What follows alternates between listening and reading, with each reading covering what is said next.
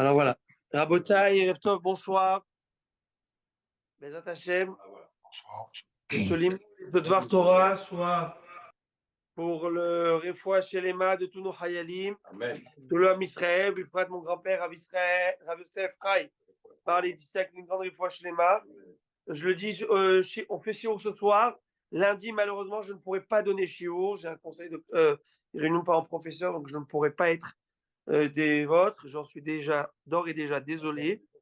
Mais aujourd'hui, nous allons parler. Alors, ce Shabbat, c'est Oudash Lishit, pour ceux qui n'ont pas l'habitude de venir, venez, nous allons reparler de la fameuse question que nous avons étudiée des otages. Essayons d'arriver à une conclusion à la RIC. Donc, Biaron Znati, si vous voulez nous faire plaisir de votre visite, Baruch Haba.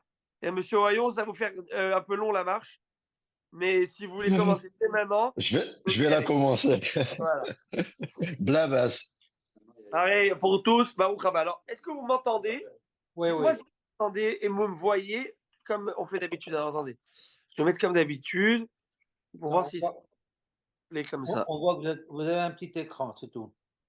Ah, vous le voyez On voit le petit écran.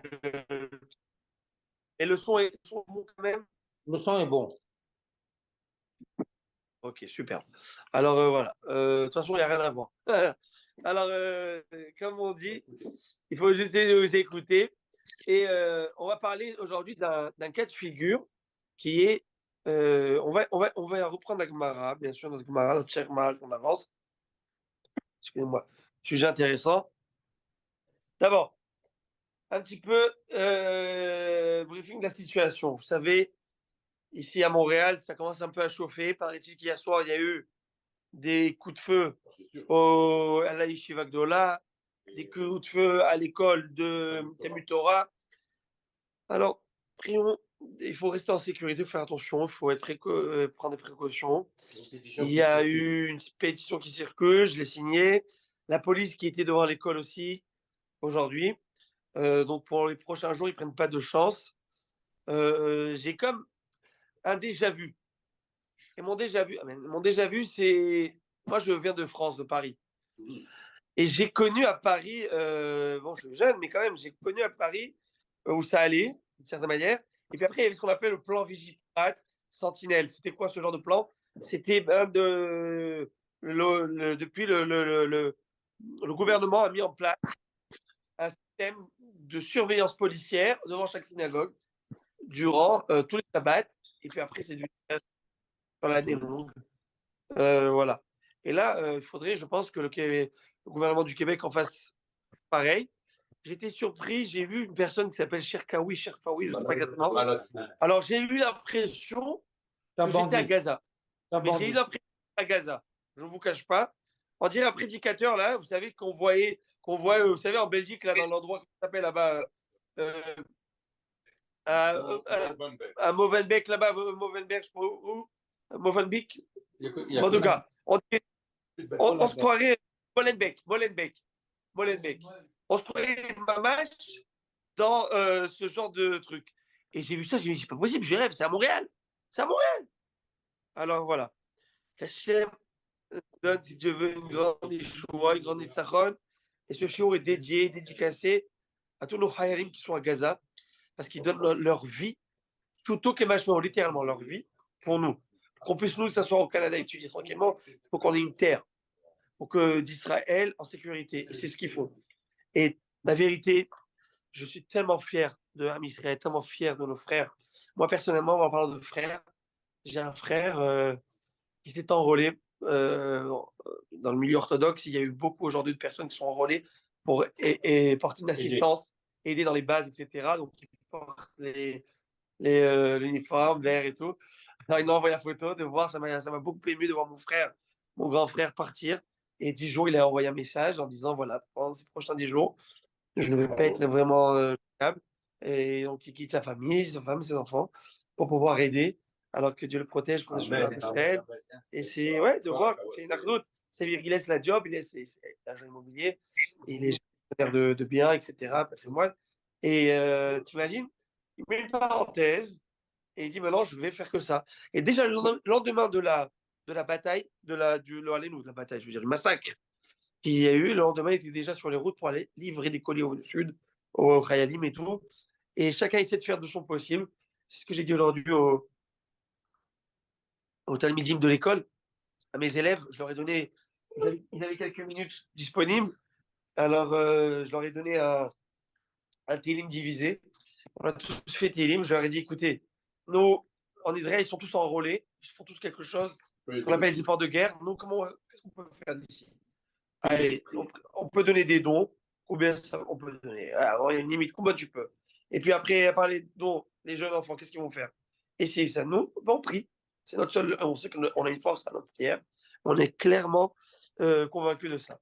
Alors, ce soir, je vous parlerai d'une histoire que j'ai vue aujourd'hui dans les infos. Une histoire halachique, une question halachique qui est en rapport avec les sujets que nous avons étudiés. Nous avons terminé la semaine dernière l'histoire des rêves. On va arrêter de rêver. On rentre dans la réalité, mais écoutez l'histoire incroyable. Est-ce que, Rabotai, vous êtes avec moi? Oui. Vous allez être surpris. Allez, on y va. Le Rav Yitzhak Zilberstein, c'est le Rav que je ramène tous les vendredis soirs. Vous connaissez avec les histoires que je ramène le vendredi soir, les devinettes, les fameuses devinettes. Il s'appelle le Rav Yitzhak Zilberstein. Il a écrit un livre qui s'appelle Achatchalti. Donc, je ne les ponds pas de. Je les ponds, ils sortent de ce Sefer. Et des histoires parfois extravagantes, géniales, intéressantes, ça ouvre l'esprit. Et là, il a une histoire qui est arrivée. Écoutez la question. Incroyable.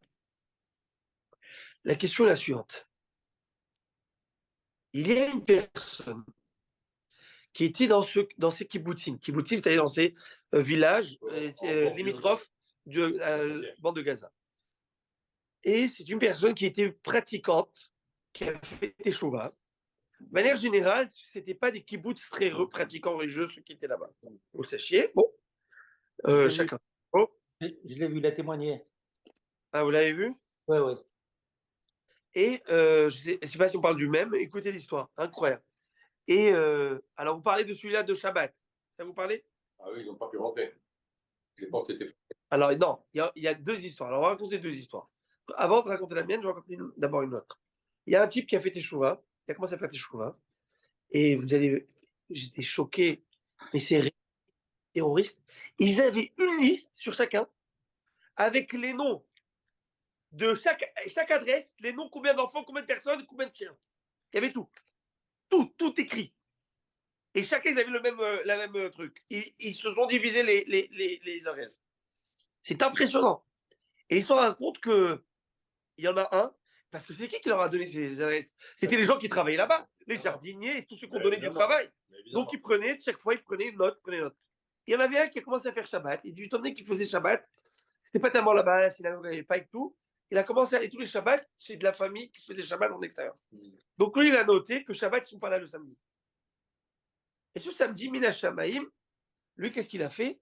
Cette personne qui, c'était Simchat Torah, il a demandé à ses filles de venir pour faire chez eux la Simcha, etc. Exceptionnel. Habituellement, il ne passe pas le Shabbat chez lui. Et là, il n'était pas sur la liste. Et mieux encore, quand il entend les tirs, ils ont baissé les rideaux tout de suite. Et eux, ils sont passés devant 10 fois, mais il n'était pas sur la liste parce que le samedi, il n'est pas là, lui. Pour lui, à la maison, c'est incroyable. C'est une histoire incroyable. Mais là, je vais vous raconter une autre histoire. J'étais choqué et j'ai dit, c'est vraiment en rapport aux histoires des rêves dont on a parlé. Parce que nous avons parlé les dernières semaines, presque mois, sur l'histoire de rêves. Nous avons expliqué qu'il y a des rêves. C'est des rêves, comme je l'ai dit, de la Dafina. Il y a des rêves qui veulent rien dire. Mais il y a des rêves prémonitoires. Ils ont des signes de savoir qu'est-ce qu'ils émettent. On a étudié des heures et des heures, et des pages que nous avons passées pour savoir s'il y a du vrai dans les. Comment essayer de déceler le vrai du faux, etc. Mais en tout cas, le cas de figure est le suivant. Le Rav Zilberstein reçoit cette question. Et regarde la question. Une personne qui a fait teshuva il y a quelques années avec son Rav, qui n'est plus de ce monde. Et lorsqu'il a dit à son Rav, il a demandé conseil, est-ce qu'il reste dans ce yishuv ou pas? Je pense que le Rav lui a dit, tu peux rester là-bas, vivre, même si ce n'est pas un kibbutz qui est très pratiquant. Bon, tu vas d'une certaine manière peut-être toi propager la religion, etc.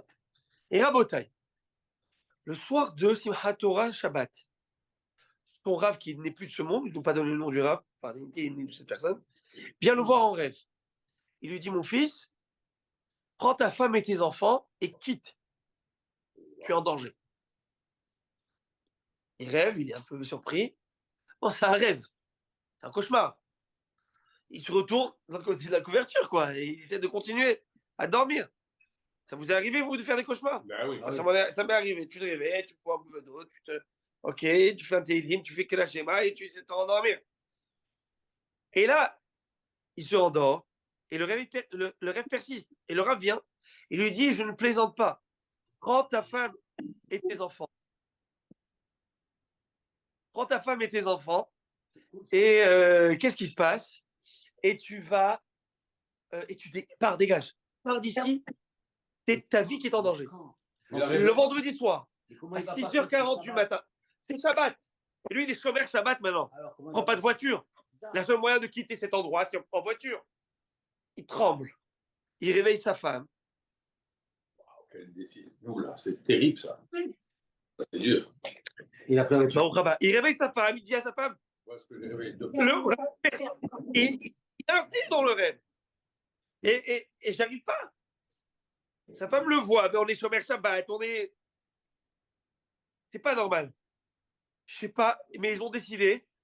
Ils ont réveillé les enfants la nuit. La voiture, sa femme, ils ont pris la voiture Shabbat. Waouh. Et là, ils demandent à Rav Yitzhak Zilberstein. Puis, quelques heures plus tard, qu'est-ce qu'il s'avère? Massacre total, tous ses voisins sont morts. Décimés. Question qui demande au Rav Yitzhak Zilberstein. Est-ce qu'il avait le droit de faire ça? Non. Parce qu'il a écouté un rêve, et sur ce rêve, il est parti. Il s'avère que ce rêve était, témoigne-toi, émettre. Qu'est-ce qu'il a dit, le Rav? Attendez, c'est ça que je suis en train de poser la question. Est-ce que vous entendez la Sheila Rabotai? Est-ce qu'il avait le droit? Est-ce qu'il doit faire tes chouvas sur ça? D'avoir pris la voiture? Oui. Ce rêve lui a sauvé la vie. Son rêve, clairement, est venu nous voir, il lui a dit, fous le camp d'ici. Pars d'ici. Il y a un truc. Hein? Non, mais il y a une Gemara là-dessus, pas la Halomot, qui vient chez quelqu'un dans un rêve et il lui dit tu es carré. Ok. Et il doit se considérer, apparemment, quand il le rêve, il doit se considérer comme carré. Ça veut dire qu'un rêve. Collier. Non, mais peut-être que c'est vrai, peut-être c'est un vrai rêve, peut-être c'est pas un vrai rêve, I don't know. Et là, il a fait Chilou Shabbat, le gars. Il prend la voiture. Mais d'un autre côté, grâce à ça, il est vivant. Ça veut dire qu'il a Pikuach nefesh, pikuach Alors, nefesh. Bronner tout de suite, Pikuach Nefesh. Mais Pikuach Nefesh, basé sur un rêve, c'est ça Mais qu'il c'est dit. pas grave, c'est la vérité qui est arrivée après. Oui, mais moi, je suis pas prophète. Donc, je connais pas le futur. Ma question elle est comme ça. Vous savez quoi? Je l'ai mis encore. Est-ce que je dois faire teshuva d'avoir pris la voiture? Ben oui, bien sûr. Ah oui? Oui. Et peut-être pas du tout. C'est que j'en tiens. Non. Sauver la vie, c'est une Mais Un homme qui prend la voiture pour amener sa femme à l'hôpital parce qu'elle doit accoucher. Est-ce que tu dois faire teshuva sur ça? C'est mitva, il est en train de sauver la vie de sa femme. C'est pas pareil. Alors, mais si c'est un rêve qui est émette, Il sait, mais il était maître. alors j'ai été bête, mais alors, Rabotaï, c'est une question. D'abord, c'est une question incroyable, c'est vrai ou pas? C'est une question incroyable. Pourquoi il va faire tes choubas? Parce que. Alors, Rabotaï, Mehmet, d'abord le Roche, le Rav, il dit comme ça. Le Rav, il amène un Haïda. Haïda, c'est qui? Rabbi Haïm Yosef David Azoulay, Dialna. Et il dit, le Haïda, il écrit dans Shem Gdolim, déjà ça fait 2 siècles, et il écrit, il y a une histoire qui s'est passée, une histoire un peu préparée, avec la mère, si je ne me trompe pas, du Roche, Rabbeinu Hacher, époque médiévale. Et elle était veuve, et vous savez, à l'époque médiévale, le sang du juif, c'était, ça n'avait pas de valeur, donc, et il lui dit, elle était veuve, et son mari vient la voir, et lui dit, quitte parce que tu vas avoir, ça va être une catastrophe ce qui va se passer. Et c'était Shabbat et elle a quitté. Mais on ne voit pas là-bas qu'elle a fait un vrai chilou le Shabbat. C'est-à-dire peut-être elle a fait quelque chose qui peut être interdit des parents. Et pas quelque chose d'interdit du Shabbat, etc. Et on voit que c'est exactement ce qui s'est passé. C'est exactement ce qui s'est passé et c'était un pogrom dans cette histoire. Sauf que le Rav, il dit, ça n'a rien à voir avec là-bas. Parce que là-bas, déjà, on ne sait pas s'il a fait chilou le Shabbat ou pas. Deuxièmement, c'est que là-bas, elle était réveillée, elle n'était pas en rêve. Elle était réveillée. Et là, cette vision qui vient nous voir, qui lui dit. Là, c'est vraiment. Ah, tu comprends, c'est pas, comme j'ai dit, Jeanne d'Arc. Je suis normal. T'imagines, je suis normal, je te dis, quelqu'un qui m'a parlé. Il est ici. Et vous savez, en parlant de tout ça, il y a une histoire que ma femme m'a racontée qui me vient à l'esprit. Une histoire que ma femme m'a racontée. Dans l'Instagram, il y a des influenceuses et il y a une dame qui est en train de. Qui était une influenceuse juive, mais là, elle est en train de parler aux gens sur la tsniout de la femme. Sur la tsniout de la femme. C'est quoi la tsniout de la femme? La bimodie. La pudeur. Et elle raconte, écoutez l'histoire. Ouais, un petit peu. Elle raconte une histoire incroyable. Que, ils sont 3 sœurs. Une qui est plus religieuse et 2 moins. Et la tsniout, ça laisse à désirer, c'est tombé quoi. Et une des sœurs, elle est dans le rêve. Elle est morte. Et elle dit, elle raconte comme ça, je ne dors pas. La sœur, ils sont.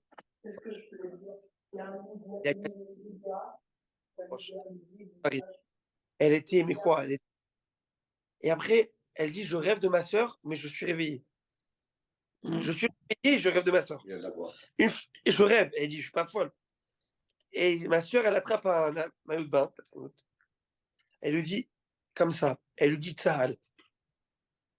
Elle voit derrière, j'ai pas vu moi, elle m'a raconté. Tsahal, elle lui explique Sniout Hagana l'Israël. Ah oui, j'ai entendu ça. Sniout Hagana l'Israël. La pudeur, c'est ça qui va protéger le Israël. Sniout Hagana l'Israël. Vous entendez? Et c'est une femme, une jeune femme, dans la trentaine, sur Insta, qui raconte ça. Et donc, elle a dit, je dors pas, je suis réveillée, je sais ce que je dis. Je suis réveillée, je vois ma soeur qui est en train de me dire ça. Alors, donc le Rav, il a dit, le Rav Ziberstein, il dit, là, c'est un rêve, et là, cette veuve-là du Roche, elle est venue réveiller, donc ça n'a rien à voir. Là, c'est un rêve. Alors, il a dit comme ça, le Rav. Il a dit, il y a des rêves, c'est futilité. Mais il y a des rêves qui sont émettes. Il y a des rêves qui sont émettes, qui sont prémonitoires. Et dès que le rêve, il est émette, eh bien, ça s'appelle, on rentre dans une catégorie, comme l'a dit M. Bronner, de pikuach nefesh, danger de vie ou de mort. Il y a des signes, comment voir si c'est un rêve, il est émette ou pas émette. Il faut le savoir. Alors, il lui a donné tous les signes. Il lui a dit, ton rêve, tel que tu me l'as raconté, c'était émette. Et surtout que, a posteriori, c'est-à-dire après coup, rétroactivement, tu sais qu'il était à émette à 1000%. Et il dit, mais selon les signes que tu m'as donnés, que cette insistance, etc., c'était émette et tu avais le droit de le faire. Moi, je suis certain que cette histoire va faire couler beaucoup d'encre dans la halakha. Elle va faire poser beaucoup de questions. Mais voilà comment le Rav Yitzhak Ziberstein. Non, voilà comment le Rav Yitzhak. Mais moi, je voulais vous l'amener aujourd'hui parce que c'était en rapport avec nos histoires, en rapport avec ce qu'on a étudié et l'histoire, voilà, de Today. Et alors, il y a des questions à l'Afrique. Un grand posé qui s'appelle Rami Radio qui rapporte cette histoire. On dit, pardon, excusez-moi, on dit bien que le rêve est la 60e partie de la prophétie. On l'a dit il y a le dernier cours. Ah d'accord, j'étais pas là. Voilà. Pas beaucoup, c'est rien du tout. Et si c'est un vrai rêve, c'est le dernier cours qu'on a étudié ça. Ah ok. Oui, Shalom. Mais des fois, c'est des rêves qui ne veulent rien dire. C'est ce que tu as pensé toute la journée. Ok, toute la journée, tu as pensé, je sais pas moi, à avoir une belle voiture. Tu voulais t'acheter une Mustang décapotable. Je sais pas si c'est une belle voiture aujourd'hui, ça. En tout cas, je sais pas. En tout cas, rabotage. Et tout d'un coup, la nuit, tu te rêves que tu conduis une Mustang décapotable rouge. Tu vas voir le rabbin le lendemain, Rabbi. J'ai rêvé d'une décapotable rouge, un Mustang. Qu'est-ce que ça veut dire? Qu'est-ce qui va se passer dans ma vie? Eh bien, le rabbin va te dire, arrête de penser à ça toute la journée. Pense à la Mercedes, tu verrais conduire une Mercedes. Non, je regarde. Mais en tout cas, vous avez compris l'idée. Maintenant, une autre question d'Alakha, juste que je vous laisse dans la question, c'est dans le thème de tout ce genre de thématique. Il y a le film. Les rabbins, ils ont recommandé de ne pas voir le film. Ils l'ont montré avec les 7? Je ne sais pas si ils ont montré avec les 7. Ils l'ont envoyé à Washington. Ah non, moi je veux pas voir ça. Oui, mais il nous en a parlé, le consul, quand il a dit qu'il ne faut pas. 17 minutes d'angoisse. Il ne faut pas voir. Non, il faut pas. On parle de films que la Knesset. Moi, je pense que il faut montrer à qui de droit. Il faut montrer au monde entier. Il faut montrer au monde entier, mais non, on avance. Mais il faut, pour tous ceux qui sont négationnistes, là, tous ceux qui disent que ça n'existe pas, il faut leur montrer bien comme il faut. Et tu leur rajoutes ça dans les chroniques de la Shoah, tu leur mets ces images-là. Bon, Rabotaï. Dernière question, après on rentre dans le Gemara. On est à la page Nun Zain, qui veut dire quoi? Non pas Naz, mais Zan. Zan, que Dieu nous envoie dans la parnassa, nous tous. Amen. Alors écoutez ça, Yoam Mitzrayim. Alors, qu'on soit zen. Qu'on soit zen. Alors, messieurs, l'histoire est la suivante. Question qui était posée au Rav, par un Hayal, par la famille. C'est une question halachique et une question légale. Au Canada, ça ne se pose pas, parce que au Canada, c'est illégal, ce dont je vais dire. Mais il y a des pays dans le monde qui permettent, comme l'Australie, on verra dans des conditions, on serait libéraux que tous. Mais on a des pays comme la Belgique, l'Angleterre. C'est quoi l'idée? A-t-on le droit de prendre du zéra, c'est-à-dire la semence, d'un homme qui est décédé, dans le contexte, ce serait un soldat de 20 ans, 22 ans, qui n'a pas eu d'enfant, et prendre sa semence, on peut le prendre dans les 24 heures à 36 heures du décès. Ah oui. Après, c'est fini. Il y a un momentum, c'est ce moment-là.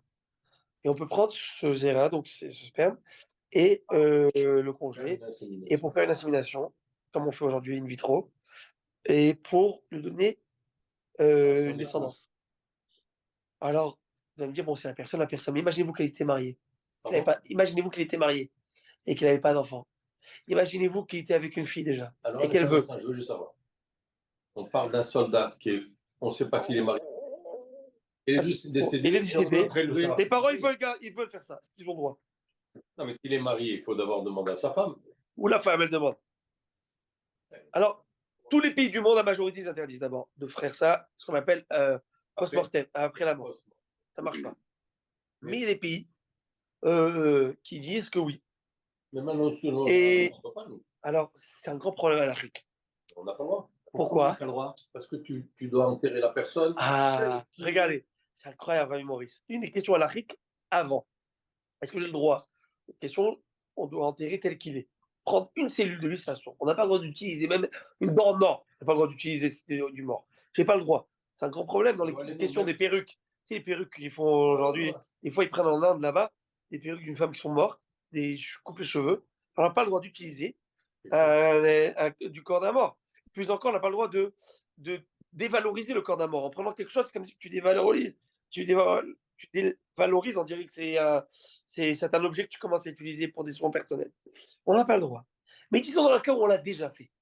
Ou par exemple, c'est un cas de figure qui s'est passé, vous savez, pour que Dieu nous en préserve, mais pour ceux qui font la chimio, parfois ils prennent ces semences, ils les gèlent parce que la chimio, elle peut tuer les cellules de reproduction. Et le garde après. Imaginez-vous dans un cas de pareil, et là, le gars, il est décédé. Donc maintenant, la question, elle n'est pas posée. Il est là, le truc. Alors, mais c'est un grand problème d'éthique. D'éthique juive et d'éthique. Tu vas amener un enfant dans le monde. Est-ce que cet enfant, il veut être avec son père? Est-ce que un orphelin, c'est le bon Dieu qui a décidé qu'ils sont orphelins? Mais est-ce que toi, tu te permets de mettre un orphelin dans le monde? Donc déjà, tu prends un homme, un enfant, tu lui demandais son avis à lui. Qui est-ce qui veut être orphelin? Plus encore, c'est des grands problèmes à l'Afrique. Un exemple. Si cette cellule-là, elle dit, moi, je veux être avec. D'accord, une femme. Très bien. Donc, c'est le fils de son père. Est-ce que ça s'appelle le fils de son père, cet homme? Si c'est une insémination comme ça? S'il n'y a pas eu par voie naturelle? Mieux encore, écoutez la question que je vais vous demander. Une femme mariée, inséminée par une cellule qui n'est pas celui de son mari. L'enfant, il est bâtard? Ou c'est l'enfant de qui? Non, il n'est pas bâtard. Parce qu'il n'y a pas eu d'acte avec un autre. Est-ce que quelqu'un qui a eu des enfants pareil, est-ce que c'est qui a fait la mitzvah d'avoir des enfants? Non. Mais c'est ses enfants. Biologiquement, ce sont ses enfants ou pas? Mais est-ce qu'il faut avoir un rapport comme voie naturelle, comme on le sait? C'était la question par rapport à qui et quoi. Par exemple, on prend une cellule, ok? Ah oui. On l'assimile chez une femme. Cette femme, alors attendez. une femme, rien à voir. Mais l'homme, c'est son mari ou c'est pas son mari? C'est pas son mari. Ah. Donc c'est un donneur. C'est un donneur. Si la femme n'est pas mariée, c'est correct. L'enfant est naturel. La femme, elle est mariée. Non, bien sûr. La femme, elle est correcte, c'est correct. La femme est mariée, c'est un mamzer. Non, C'est un mamzer? C'est une Non. bonne question. non. Est-ce que. S'il n'est pas d'injuste. Regardez ce qu'il me dit, monsieur Barchichat. C'est pas par voie naturelle. Monsieur Barchichat, il me dit, bah, biologiquement, tu vas. Si c'est son fils biologique, eh ben, c'est un mamzer. C'est. Donnons. Alors, je te pose une question. Alors, Il n'y a pas eu d'adultère. Alors, je vous pose une question. Il n'y a pas eu d'adultère. Alors, attendez. Beauté, j'adore. C'est ça que je vais écouter. Mais laissez-moi juste expliquer ce que vous dites à haute voix pour que les gens de Zoom en ligne nous écoutent. Je vous pose une question. Rabbi Maurice, écoutez bien la question et répondez. Oui. Ah, la chaîne, elle est comme ça. Si je deviens un couple, ok, tu vas au Ovo-Clinique. On va pas casser la tête. Tu fais comme ça. Le gars, il a eu un garçon et une fille. D'accord? Est-ce qu'il a fait la mitzvah de Pira Berivia, l'amour des enfants? Mais c'est pas avec c'est pas lui. Avec lui, avec sa femme. Ils devaient ensemble à la clinique. Oui, Je le mets dans un petit truc. oui. Voilà, tiens. Oui, C'est moi, il enfant ou pas? Oui, c'est Donc, permis. t'as fait la mitzvah Pira Berivia? Oui, Super. c'est permis. Rabbi Moshe, adjugé. C'est ses enfants. Maintenant, je repose la question. Donc, c'est ses enfants. Oui. Moi, tu dis qu'il a fait sa mitzvah. Oui. Alors, je te repose la question et regarde comment tu te contredis. Ouais. Shmerini, 2 minutes. Okay. Tu viens, je prends ce même semence et je la donne à la voisine mariée. La mienne. Je la donne à la voisine mariée. Le mari, il est au courant, il est pas. On s'en fiche au courant ou pas au courant. Ils auraient adopté un enfant. Je te pose une question. Je prends cette semence. Il n'y a pas d'adultère. Alors, il y a. Attention, je t'ai pas dit, Olivier, je prends cette semence. Par Je rapport la à mets l'autre. chez la- L'enfant est mamzer. Cet enfant, est-ce que c'est un bâtard ou pas? Oui. Alors, il me dit, regardez, Rabbi Maurice, il me dit non, pourquoi? Parce qu'il n'y a pas eu Tu d'adultère. peux t'unir dans les deux. Attends, et qui a dit qu'il faut d'adultère? Moi, je pensais que c'était ça qui faisait le mamzer. Ah, la vérité, c'est qu'on rentre dans une grande question dans les poskim. Permettez, Rav, Grande question dans les poskim. Là, Là, oui. s'il vous plaît. Vous avez dit que le couple va dans la clinique, font l'acte et récupère le sperme. Non, ouais. Alors, ça marche pas comme M. Slati. M. Slati. Rabbi Aaron. Bon, bah, on retienne. Mais c'est pas comme ça que ça marche. Non, au début, vous avez dit le couple va dans une Oui. clinique. Là, il a dans une éprouvette, ça Oui. semence. Ok, très bien. Mais Et c'est le couple. avec une piqûre, hein? Non, c'est pas une pipette, c'est beaucoup plus que ça, d'accord? On va pas rentrer dans les détails. Il le met chez la maman, ok? Non, une pipette, c'est. Non, une pipette, c'est pour les gouttes ou pour les. On va pas rentrer dans les. Ok, vous avez compris mon truc. Alors, l'idée, elle est comme ça. Est-ce que il a droit, si maintenant, moi, voilà, disons que je fais ça, je prends. Maintenant, c'est une question birla, c'est une question halachique. Est-ce que des gens ont le droit d'enlever une semence? Halachiquement parlant, est-ce que j'ai le droit d'enlever une semence, pas par voie naturelle? Non. Toi, tu me dis oui parce que tu as de Les l'expérience. ils ont autorisé. Et qui te dit qu'ils ont autorisé de cette manière? Et il y a des labos. Alors, Zera Levatala. Anilor, je ne peux pas rentrer dans tous les détails maintenant. Vous avez compris? C'est très technique. Mais non, c'est pas parce que vous avez compris. Mais il y a un système. Bon, on va pas rentrer dans tous les détails maintenant, ok? Mais j'ai peut-être la prochaine chiot. Mais je vais expliquer pourquoi, papa. יש פה ילדים, אז אני לא רוצה להיכנס בשיעור, C'est ok? Zera Levatala, alors, Ravel? Voilà, c'est Zera Levatala. Mais sauf que Zera Levatala, si c'est pour avoir des enfants, on a le droit. Sauf qu'il y a une manière comment faire. Il y a des machon en Israël qui mettent un certain. Vous savez que le préservatif, c'est un peu, d'accord? C'est la Torah. Mais ils mettent dedans un trou. Il peut, dans la possibilité de sortir. Si c'est pas sorti, ce que tu récupères, ça doit le prendre. Il y a une certaine technicalité. Mais bon, donc il y a deux questions. D'abord, est-ce que j'ai le droit de retirer la semence? Première question. Mais après coup, il y a une autre question d'éthique. Est-ce que j'ai le droit de l'enlever? C'est une première question. Oui, non, à voir. Maintenant, disons qu'on l'a fait. Est-ce que j'ai le droit de le faire? Regardez une autre halakha intéressante. Une autre question. Moi, j'envoie des questions. Après, on verra si on arrive à la réponse. Mais juste des questions pour nous ouvrir l'idée. Un gars, est-ce que d'après la Torah, il y a un grand interdit? Je vais vous parler tous un peu hébreu ou pas? Un petit peu? Ok. Tu parles hébreu? Ben, c'est très bien. Alors, écoutez. Alors, un homme, d'accord? Quand il a un enfant avec sa femme, la marchava, elle doit être une pensée de son épouse, ok? Oui. Qu'on soit clair. Si c'est une autre chose, ok? S'il pense à quelqu'un d'autre, c'est un sourd, c'est un problème. Évidemment. Imaginez-vous un cas un homme, il a retiré cela On pour avoir pense des à- enfants, mais bien sûr, en pensant à cette femme, parce que dans la Kedusha. Et tout d'un coup, ça ne marche plus avec eux, divorce. Lui, tout ça, c'est à la banque de congelé là-bas.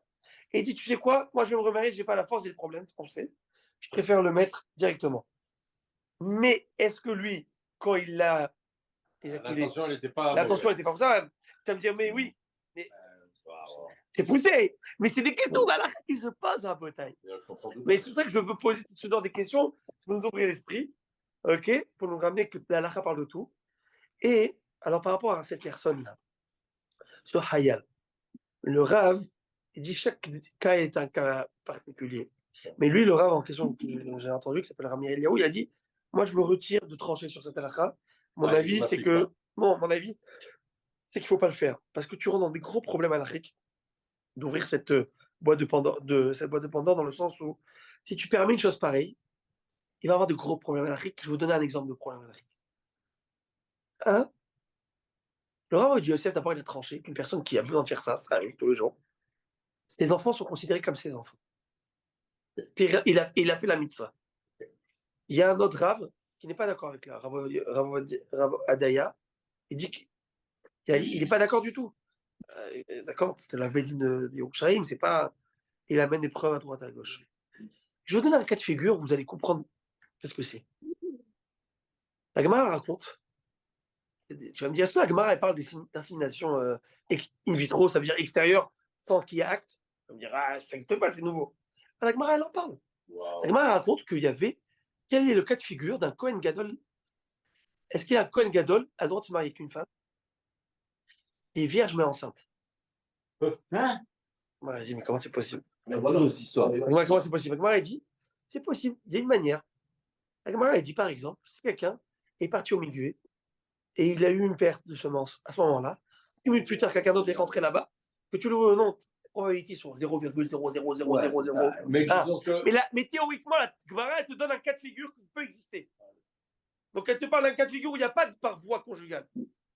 Elle te dit, et l'enfant, il a eu, et la femme est rentrée en grossesse. voilà, ça c'est marché moi. Et la Gemara, elle nous va nous... la Sainte Marie, c'est le bon Dieu, ouais, c'est ça. Mais en tout cas, nous. Mais il y a un homme, vous connaissez le prophète Jérémie? Oui. Il tombe enceinte de son père, de cette manière. Et l'enfant qu'ils ont eu, qui s'appelle Ben Sira, ils n'ont pas fait exprès. Alors donc c'est Il s'appelle Ben Sira. Donc un cas de figure qui s'appelle Ambati, ça s'appelle un Benoît. Bon, en tout cas, un cas de figure. Alors comment on considère? Est-ce qu'ils les ont cru? Parce que c'est donc Et parce qu'un cas pareil, ils vont dire c'est pas vrai. ils disent ce qu'ils veulent. Je te dis les mettre ce qui s'est passé, ce que le Gemara nous dit. Ok. Comment les Khamim ils ont vu et la cheminée. Ok. Maintenant, j'en ai un cas. Je vais vous faire une devinette. Regardez une devinette. Et après, je vous laisse avec ça, on commence la Gemara. Qui suis-je? Ma mère, c'est ma mère. Ma mère, c'est ma sœur. Mon père, c'est mon père. Mon père, c'est mon grand-père. Qui suis-je? Il faut l'écrire. Alors, monsieur Bronner, c'est pour vous, ça. Hein. Il faut écrire ça. Alors, monsieur Snati, Répétez. Mère, c'est la sœur. qui suis-je? Ma mère, c'est ma mère. Ma mère, c'est ma sœur. Mon père, c'est mon père. Mon père, c'est mon grand-père.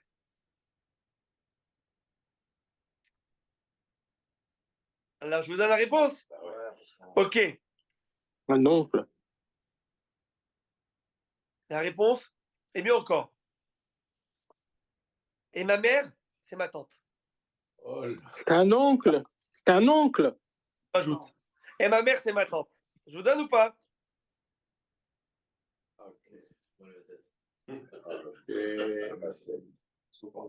Alors, la mère, c'est la sœur. Non, vous savez quoi? J'enlève ma mère. Ça marche pas. Parce que, oui ou non? J'enlève ma mère, c'est ma tante. Mais déjà avec ce que je vous ai donné. Bon, à Botaï, je vous aide. Il y avait un homme, il pensait que le monde entier a été détruit. Il s'appelle Lot. Sa fille était avec lui, ils ont eu un enfant. Oui. Il s'appelle Moab. Oui. Moab, oui, c'est pas grave, mais Moab ou Ammon. Ammon et Moab. Donc, Moab, l'enfant, sa mère, c'est sa mère. Mais sa mère, c'est aussi sa sœur. Parce que c'est la fille de son père. Et son père, c'est aussi son grand-père. Parce que sa mère, c'est la fille de son père. Vous avez compris ou pas? Oui ou non? Alors, à Botaï, moi, je vous dis une chose, et comme je l'espère, comme le Rav là-bas il a dit, que ce genre de questions, on n'en est pas à traiter, et que le prochain shiurim qu'on va traiter, ça va être comment rentrer dans le Beth Amikdash, comment se purifier avec la cendre du vache rousse. Rabotai, be ready, because it's coming. Very, very soon, si Dieu veut. Bezat Hashem. Alors, Rabotai. Monsieur le rabbin, le Oui. premier mot de la paracha, Vaïou de cette paracha, 37. pourquoi 37? Parce que c'est les meilleures années de sa vie, parce que Yitzhak a vécu 37 ans avec elle. Balatourim, il dit C'est ça. Bravo. Monsieur Bronner, il nous dit comme ça. Le Balatourim, il dit Vaïou Chaï Sarah. La vie de Sarah fut 127. Vaïou, c'est 37. La vie de Chaï Sarah fut 127 ans. Mais Vaïou, c'est 37. Pourquoi 37? La vraie vie de Sarah, c'est quand elle a eu un enfant. Alors, sans son enfant, elle n'avait pas de la joie de vivre. Dès qu'elle a eu son enfant Yitzhak, C'est là qu'elle a commencé. à quel âge il est décédé? Elle est décédée à 127 ans. 37 ans. Il a fait la Kedat Yitzhak. Quel âge il avait? 37 ans. Donc c'est 37 ans. Vaïou, qui veut dire fut, la vie de Sarah fut, c'est 37. C'est ça que fut la vraie vie de Sarah Imenu. Beautiful. Maintenant, écoutez Rabotai, ce que la Gemara nous dit ici. La Gemara nous dit Tanoura Banane. On est dans les rêves et c'est le dernier morceau des rêves que nous allons étudier aujourd'hui. Ok? Là, on a fini, Après, on aura terminé les rêves. Hein?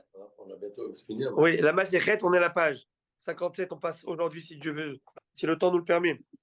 On passe à 58, 58, 59, 60, 61, 62, 63, 64, un petit peu. Donc, voilà. Et il nous reste. Non, ouais, voilà, même pas. Donc, il nous reste 6 d'Apim. Et après, on fait la fête au village. Et là, c'est les. Abim Mordechai. On sort le champagne. On sort les champagnes, tout. Ah ouais, on sort le Laurent Perrier, comment ça s'appelle là-bas? Le rosé roulé. Mais, Alors, mais il faudrait qu'Henri Ohio, il vienne de Toronto, hein, Allah. si Dieu veut. Apporter le harak. Regardez, monsieur Hayon, Montréal, c'est encore mieux fréquenté que là-bas, ce qui se passe, non? Je sais pas. La vérité, avec cette semaine, on n'est pas. Pas dernièrement, ça va. Non. Ça nous banane. La Gemara nous dit comme ça dans une braïta. Med bebaït. Si quelqu'un a rêvé d'un mort dans une maison, quelqu'un rêve d'un mort, alors allez-nous. C'est-à-dire Leicester, c'est quoi ce rêve? Shalom babaït. Tu vas avoir la paix dans la maison. Ok? C'est la paix, la Gemara dit. Et ben voilà. On avance. Achal veshata babaït. Et si le mort a mangé et a bu dans la maison, tu vois ça, tu es troublé. Hein, tu vas dire, c'est pas possible. Eh ben, c'est si Magna fait, c'est un très bon présage pour la maison. Ouais. Wow, c'est bon ça. C'est bon, je vais dire que c'est bon. Sur quoi on se base pour avoir ces explications? C'est une bonne question que vous dites. Oui, on ne peut rien prouver. Hein.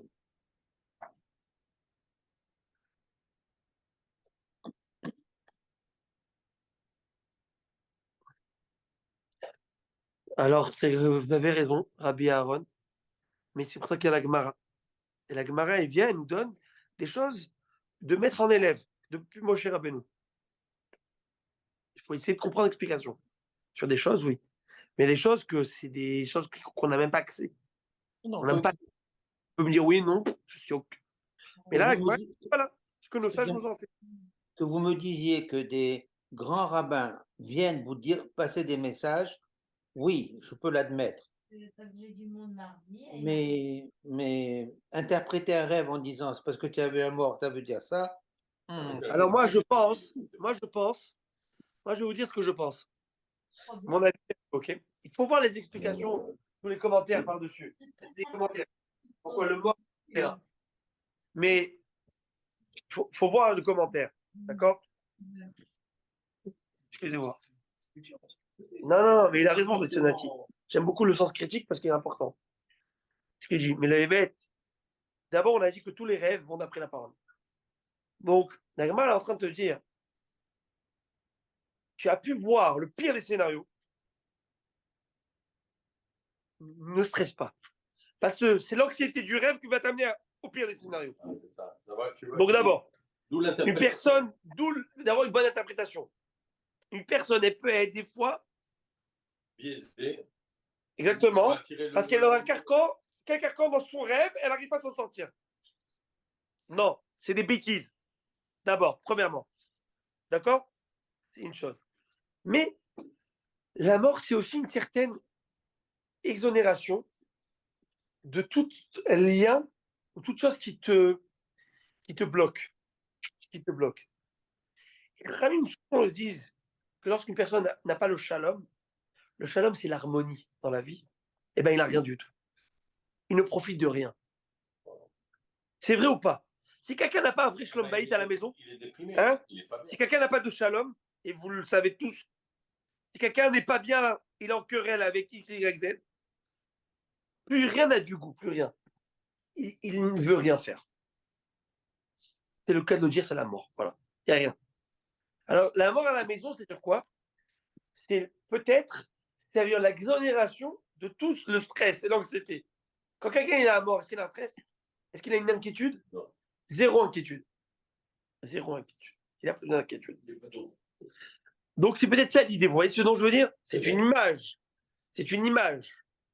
Achal Veshata, si le mort a mangé et a bu dans la maison, encore plus. C'est quoi le mort est... Alors ça, c'est intéressant. Le mort, c'était aussi la mort, c'était aussi le décret qui était fait d'Amarishon. N'est-ce pas? D'abord. Mais le décret, c'est aussi, tu vas manger à la lueur de ton, Non. à la sueur de ton front. Là, il mange, il boit. Il mange, il boit. Donc, c'est un mort qui mange et qui boit. Ça vient d'une certaine manière, Hachem lui dit, tu vas voir la parnassa. Tu es libéré d'une certaine manière de cela. Donc, c'est un bon siman. Natal Keli Minabaït, il a pris des ustensiles de la maison. Si tu vois le mort qui sort des ustensiles dans ton rêve de la maison, ça, c'est pas bon. C'est not good. La Gemara dit, c'est quoi? Quel ustensile? De quoi on parle? La Gemara dit, Bimsana Vesandala. On parle de ça que s'il a pris, pas une casserole. S'il a pris,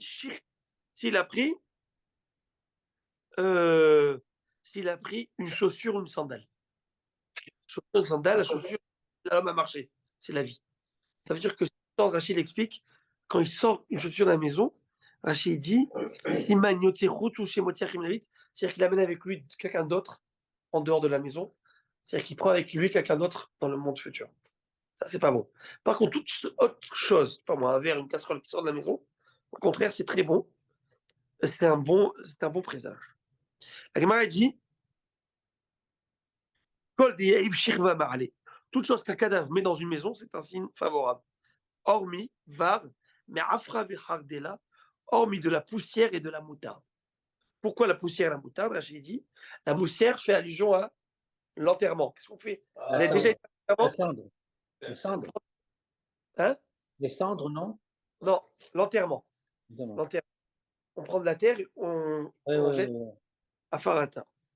Et pourquoi la moutarde, elle évoque la mort? Quel rapport? Hein? La moutarde est montée au nez. Non. Vous allez voir. Hein? Pourquoi? C'est Amora. C'est quoi Amora? C'est la marque. Ah, c'est une marque qui s'appelle Amora? Je sais, tu parles d'Amora. C'est pas l'Amoraïm, les Amora d'Agmara. Non, en tout cas. Mais peut-être. Écoutez comment. Alors là, c'est un peu tiré, mais c'est intéressant. Regardez la moutarde. La moutarde, pas la moutarde, les grains de moutarde, ok? Agmara, il dit ça aide. S'il y a un feu quelque part, tu veux éteindre des braises. À l'époque, ils avaient des grains de moutarde. Prends des grains de moutarde et jette-les dessus. Ça a un effet extincteur du feu. Voilà. Alors, on sait qu'un homme, nul n'est parfait. Et c'est quoi le feu? Quand on parle du monde futur, c'est quoi? C'est le Guénam. C'est pour dire qu'une personne, on va lui éteindre le feu du Guénam, mais ça veut dire qu'il va passer quand même par la case mort. Regardez comment la Gemara, une explication qui a été donnée ici. Est-ce qu'il y a un lien dans l'interprétation de la Yébama qui jette une chaussure? Est-ce que l'idée de cette chaussure, est-ce qu'on va chercher sur ça pour interpréter? Peut-être parce que la Yébama, la chaussure, quand la Yébama enlève la chaussure, comme je vous expliquais, ça nous aide à marcher. C'est ça. Et la Khamim disent, qu'on le veuille ou non, Bara Karadavoua. Le fils, c'est le pied du père. C'est quoi un pied? C'est ce qui nous aide à marcher. La chaussure, c'est l'accessoire qui nous aide aussi à marcher. C'est la continuité, c'est la pérennité. Une personne qui n'a pas voulu marier avec sa belle-sœur, dans le cas où son frère est décédé sans enfant, la Torah nous demande que le beau-frère se marie avec la belle-sœur. Chose qu'on ne fait plus aujourd'hui. Mais s'il ne veut pas faire, il prend la chaussure et elle lui enlève la chaussure. C'est quoi la chaussure? La chaussure, c'est aussi une interprétation qui dit que tu n'as pas voulu donner. Non. Okay. Je t'envoie le lien, essaie de voir. Okay.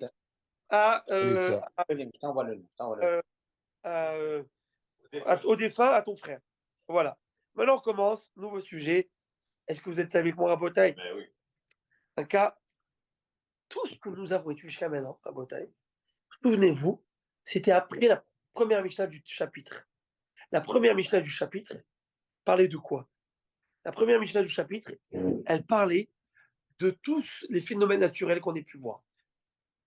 Si un homme il a vu un arc-en-ciel, quelle bénédiction à faire. Si un homme il a vu la mer, si un homme il a vu des rivières, si un homme il a vu des étoiles, etc. Et puis, on a dit aussi, si un homme a vu un endroit où il y avait la Avodah Zarah, on va voir en Eretz Israël surtout, ça y avait des lieux de culte païens, et qui a été enlevé, qui a été détruite. Alors, il y a une béracha à faire dans cet endroit. Et la Gemara dit comme ça. Makom, la Mishnah nous enseigne en page 54.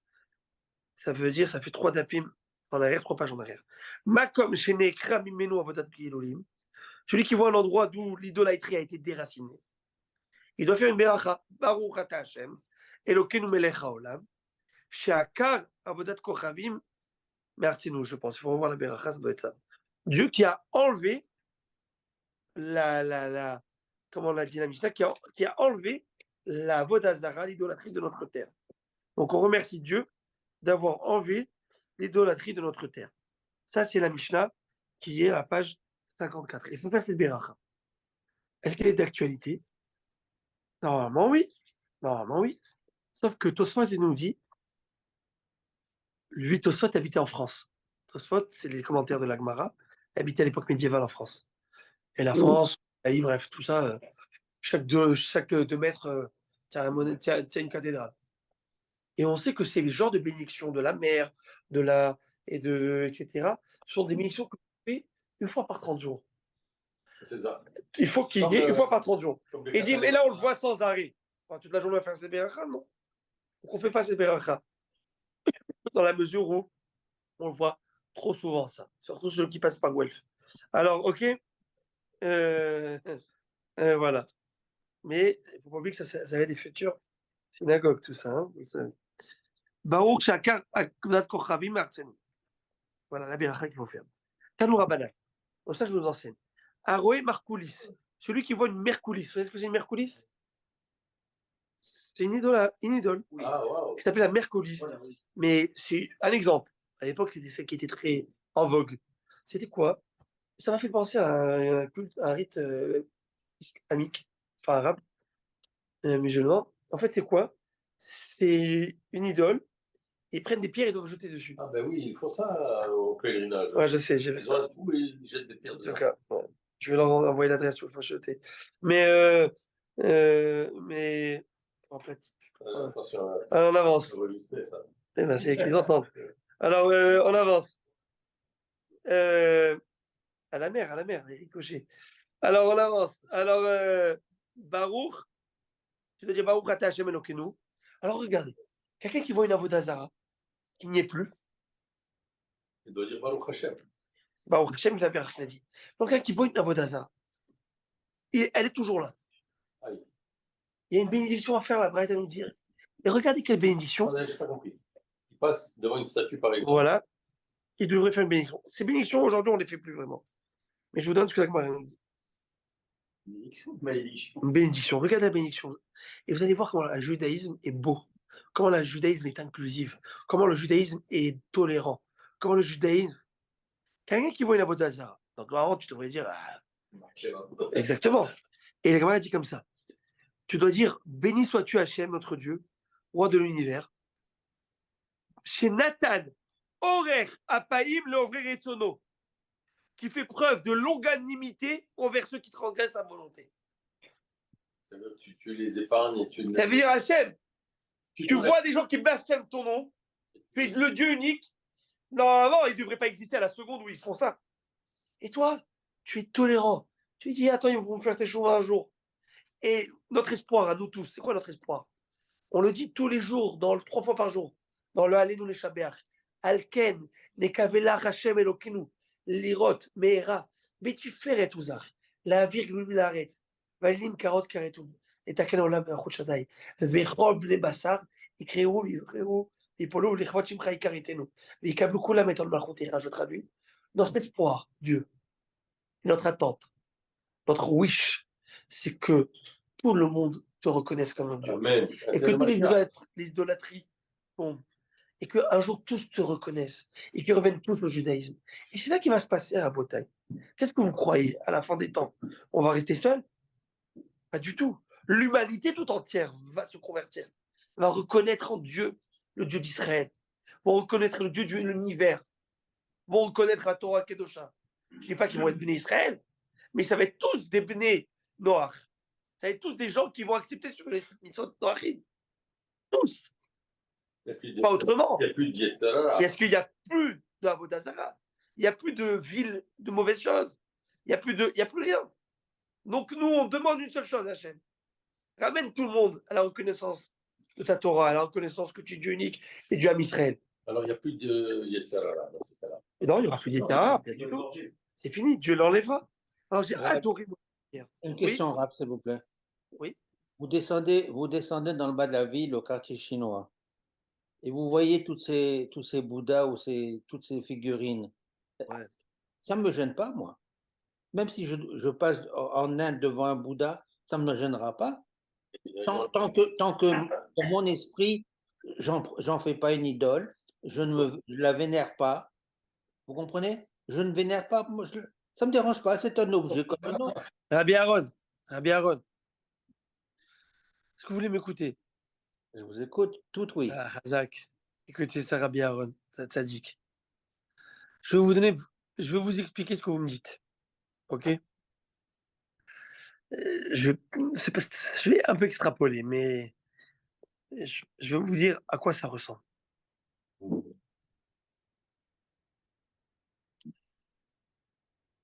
Mon père, alors allez-nous,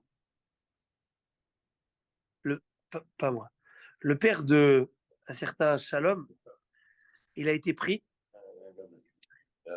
et il a été mis en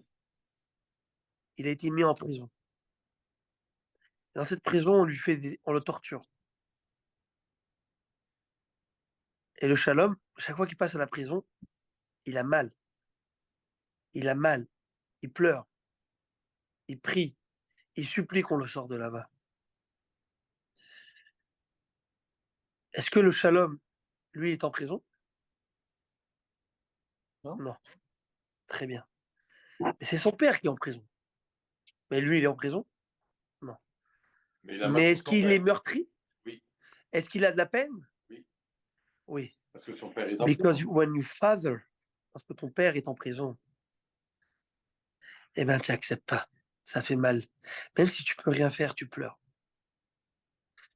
Quand tu sais que Akadosh Baruch Hu,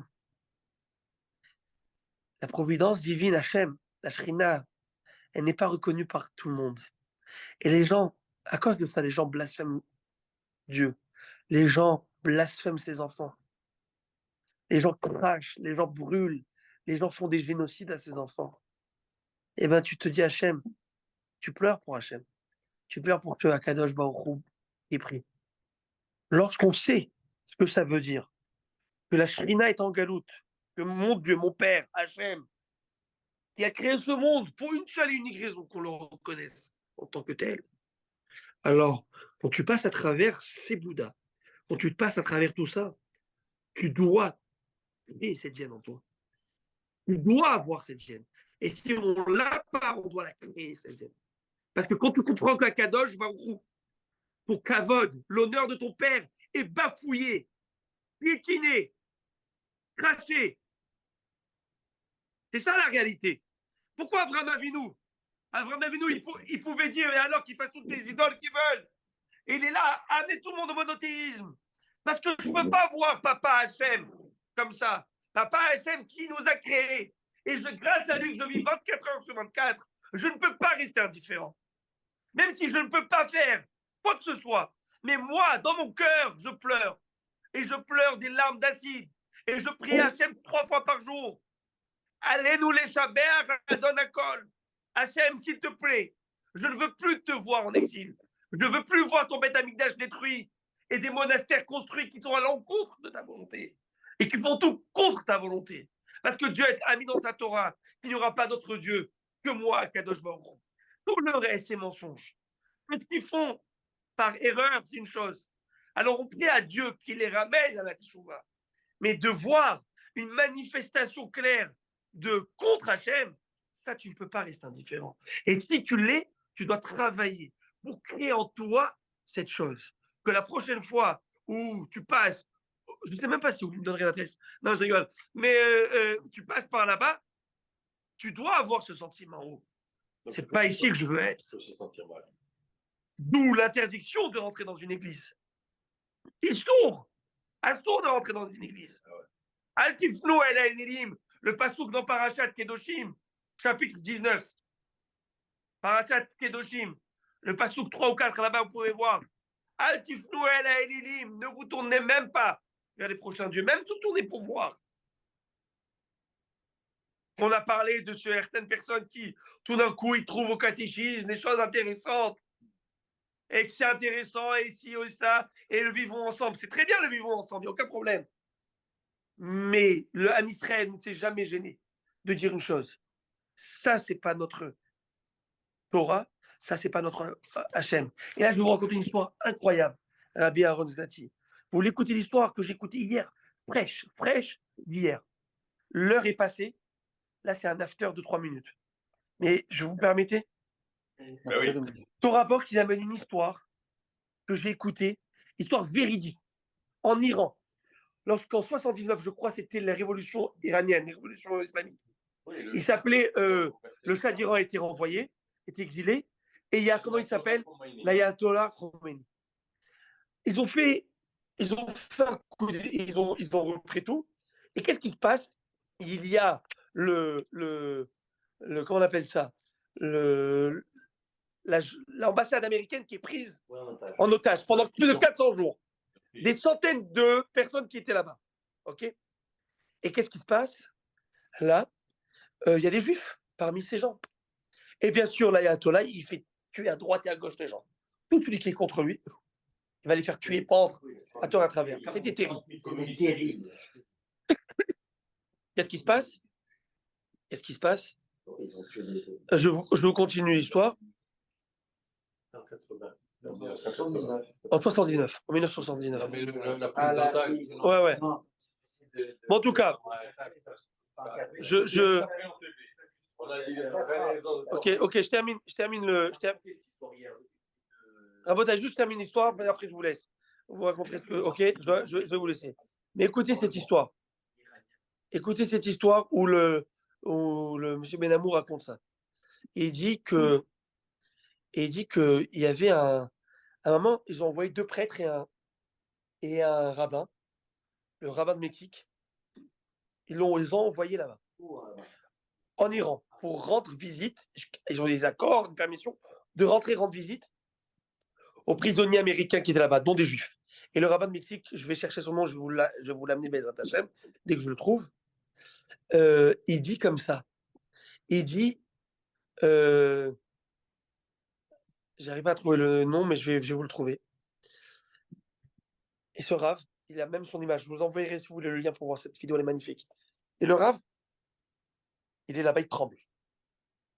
Maintenant, le jour juste avant de quitter, l'histoire raconte, ils sont convoqués par l'ayatollah, les 2 curés et le rabbin. Dans la place Gandhi, la grande place là-bas d'Iran, ils font toutes les manifestations. Ouais. Et ils n'ont pas le choix que de venir. Le ayatollah dit de venir, tu viens, tu ne choisis pas. Il tremble. Il dit, il ne voit pas 1000 personnes, 2000, 10 000. Il y a 1 million de personnes devant lui. Il y a 1 million de personnes devant lui. Et tout d'un coup, l'ayatollah, il se met à terre. Allah! Les curés voient ça, tout le monde voit ça. Tout de suite, ils s'abaissent, ils font comme lui. Il y a une personne face à 1 million de personnes qui est en train de se coucher, qui reste debout. C'est le champ flageole, mais il ne bouge pas. Il est debout. C'est ce Rav. Et il sait que c'est peut-être sa fin pour lui. C'est l'histoire de. Il ne bouge pas. Aman et. Exactement. Il ne bouge pas. Il t'appelle même Rav Mordechai, je ne sais pas comment. Je pense. Au revoir. Il ne bouge pas. Il a refait l'histoire. Ils font tout ce qu'ils font là, et lui, il ne bouge pas.